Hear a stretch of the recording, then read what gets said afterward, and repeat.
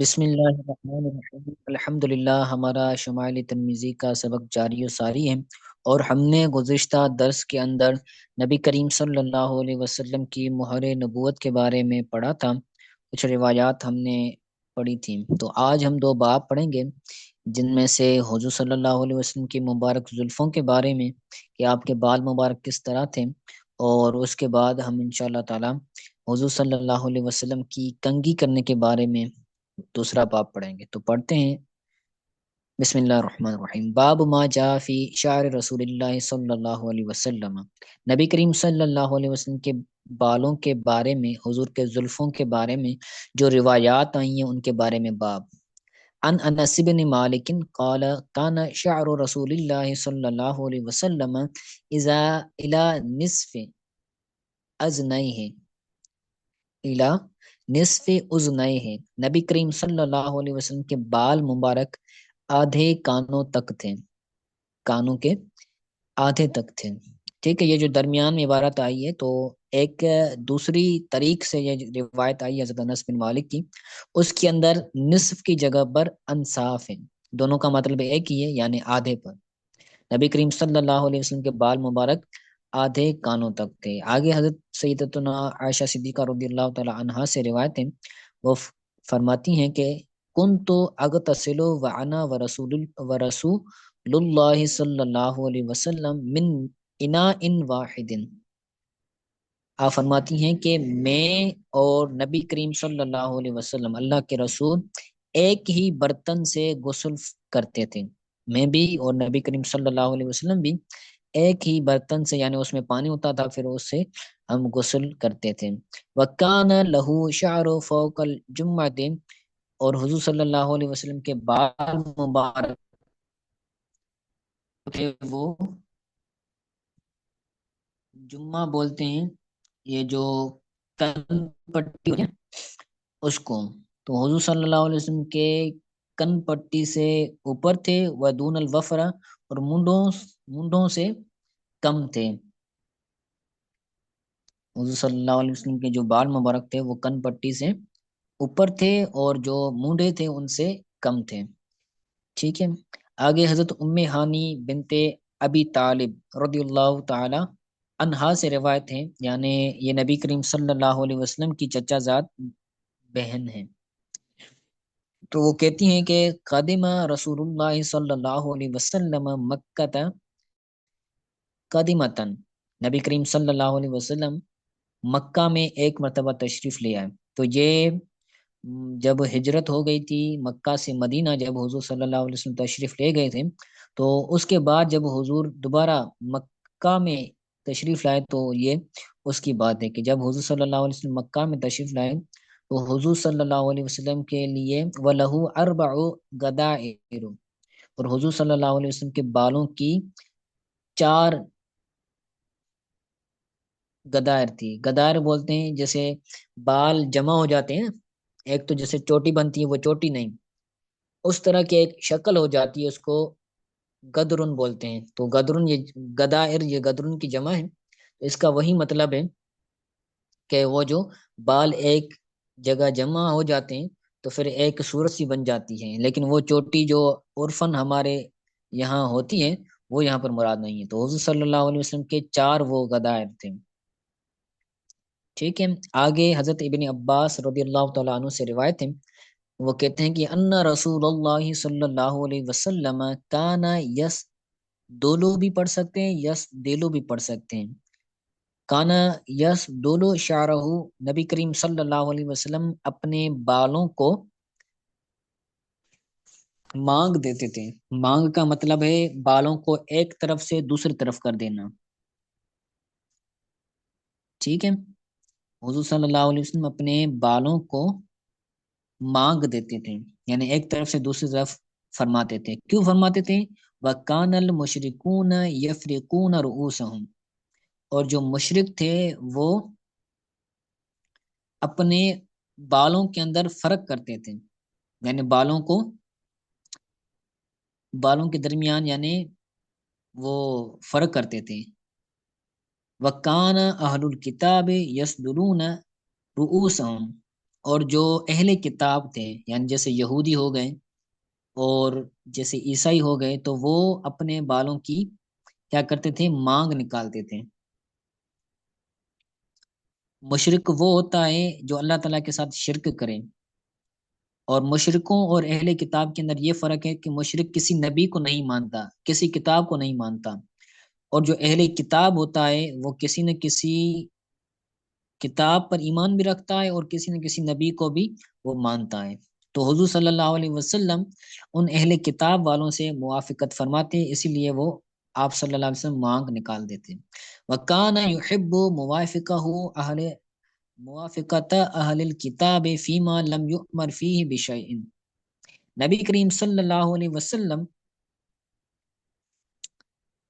پسند فرماتے ہیں، کانا یحب، حضور صلی اللہ علیہ وسلم پسند فرماتے اہل کتاب کے ساتھ موافقت کرنا، یعنی ان کے ساتھ کوئی کسی بات میں موافقت ہو جائے، ان کے ساتھ مطابقت ہو جائے، تو اس بات کو حضور صلی اللہ علیہ وسلم پسند فرماتے ہیں۔ کن باتوں میں؟ فیما لم یؤمر فیہ بشیء، جن معاملات کے بارے میں کوئی چیز کا کسی چیز کا حکم نہیں دیا گیا ہوتا تھا، اگر کسی چیز میں اللہ تعالیٰ کی جانب سے کوئی حکم نازل نہیں ہوتا تو اس چیز میں حضور صلی اللہ علیہ وسلم اہل کتاب سے موافقت کرنے کو پسند فرماتے تھے۔ جیسے یہ مانگ والا مسئلہ ہے، تو اس میں حضور صلی اللہ علیہ وسلم کیا کرتے تھے؟ ان کے ساتھ موافقت کرتے تھے۔ ثم فارق رسول اللہ صلی اللہ علیہ وسلم راسہ، پھر نبی کریم صلی اللہ علیہ وسلم نے اپنے سر مبارک کو چھوڑ دیا، یعنی مانگ پھر نہیں نکالتے تھے۔ آگے اس کے بارے میں یعنی کنگا کرنے کے بارے میں آگے یہ باب ہے، باب ما جاء فی ترجل رسول اللہ صلی اللہ علیہ وسلم، نبی کریم صلی اللہ علیہ وسلم کے کنگا فرمانے کے بارے میں روایات جو آئی ہیں ان کے بارے میں باب۔ تو یاد رکھیں کنگا دینا یہ نبی کریم صلی اللہ علیہ وسلم کے جو اعمال اور معمولات ہیں ان سے یہ ثابت ہوتا ہے کہ کنگا دینا سنت ہے اور مستحب بھی علماء کرام اس کو کہتے ہیں۔ ٹھیک ہے، آگے کہتے ہیں ان عائشہ قالت کنت ارجل رأس رسول اللہ صلی اللہ علیہ وسلم وانا حائض، میں نبی کریم صلی اللہ علیہ وسلم کے سر مبارک کو، سر سے مراد یہاں پر بال ہیں، میں حضور صلی اللہ علیہ وسلم کے بالوں کو کنگا دیتی تھی، وَأَنَا حَائِضٌ، اس حال میں کہ میں حائضہ ہوتی، میں حائضہ ہونے کی صورت میں بھی، حالت میں بھی حضور صلی اللہ علیہ وسلم کے بالوں کو کنگا دیتی تھی۔ آگے حضرت انس بن مالک سے روایت ہے، وَأَنْ أَنَسِ بن مالک قال کان رسول اللہ صلی اللہ علیہ وسلم یکسر دہن راسی، نبی کریم صلی اللہ علیہ وسلم اپنے سر مبارک کو اکثر طور پر تیل لگایا کرتے تھے۔ یکسر دہن راسی، اپنے سر مبارک کو دہن لگانے میں کثرت کرتے تھے۔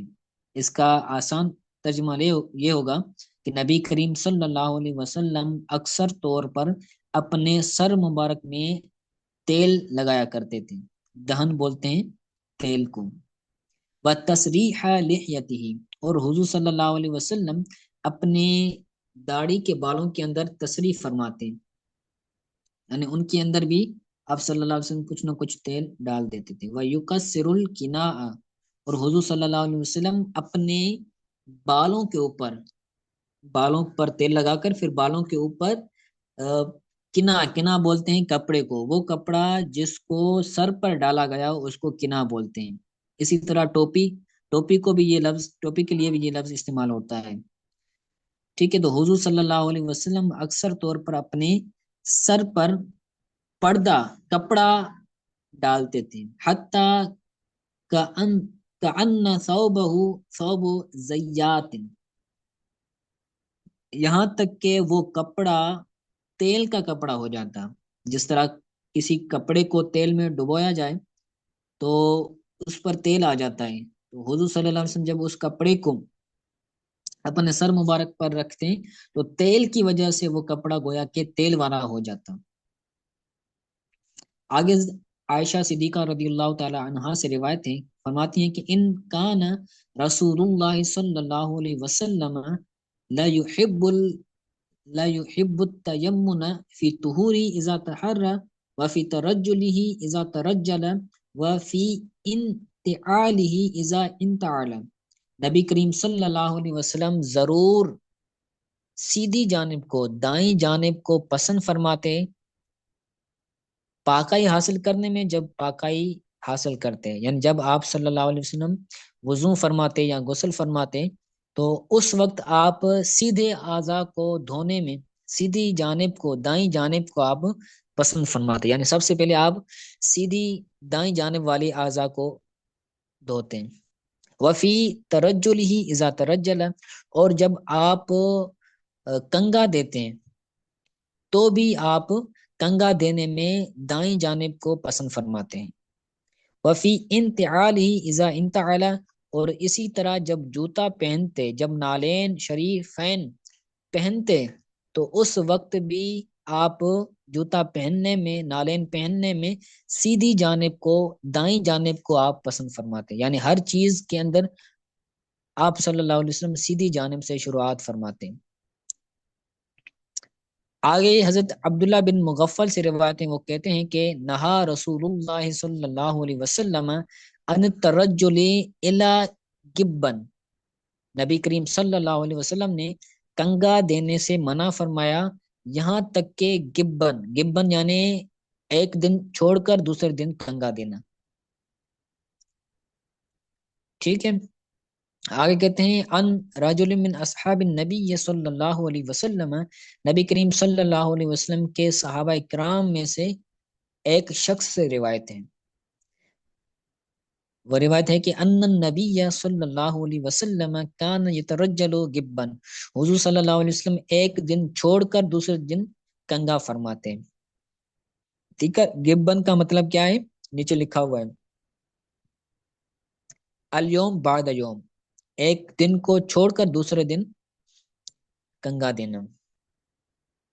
ٹھیک ہے. تو کنگا دینا مستحب ہے، بندہ خوبصورت لگتا ہے، حضور صلی اللہ علیہ وسلم کی احادیث سے بھی ثابت ہیں. تو ان دو بابوں کو آپ اچھی طرح سے یاد کیجیے گا، اگر کوئی بات سمجھ نہ آئی ہو تو پوچھ لیں.